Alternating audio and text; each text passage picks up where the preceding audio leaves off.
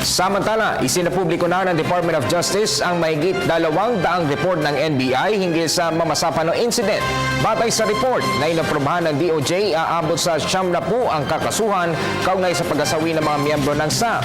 Nagulat si Sweden Velado via phone patch. Sweden.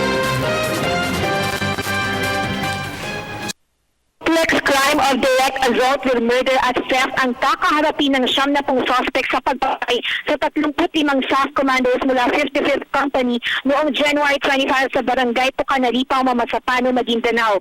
Ayon sa isinumiteng report kay Justice Secretary Laila De Lima ng NBI Special Investigation Team noong April 16, malinaw na murder ang nangyari dahil sa mga tama ng baril sa ulo at iba pang bahagi ng katawan na natamo ng SAS troopers.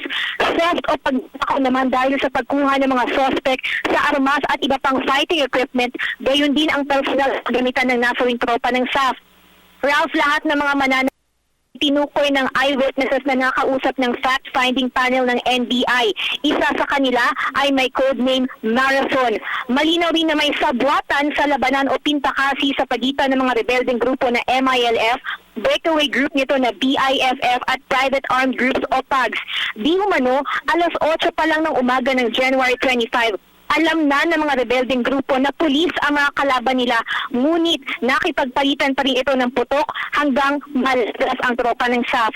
Lumabas din sa ulat na ang ginawang joint investigation ng NBI at National Prosecution Service ay base sa documentary evidence tulad ng sinumpaan ng mga testigo, medico-legal report, Board of Inquiry report, committee report ng Senado at yung findings ng Special Investigation Team ng MILF. Maging yung videos na nakuha sa lugar na pinangyarihan ng madugong labanan ay sinuri rin ng NBI. Magkakaroon naman ng hiwalay na investigasyon ang NBI Special Investigation Team para sa napaslang din na siyam na commandos ng SAS 84th Company at mga sibilyang nadamay. Ralph, tulad ng pinangako ng DOJ, isa sa publiko nila ang NBI-NPS Special Investigation Team report at ngayong araw nga ay inilabas na ito sa official website ng DOJ. Para po sa publiko, maaari po ninyong mabasa ang findings ng NBI. Bisitahin lamang ang www.doj.gov.ph. Para sa Telebisyon ng Bayan, ako si Sweden Velado.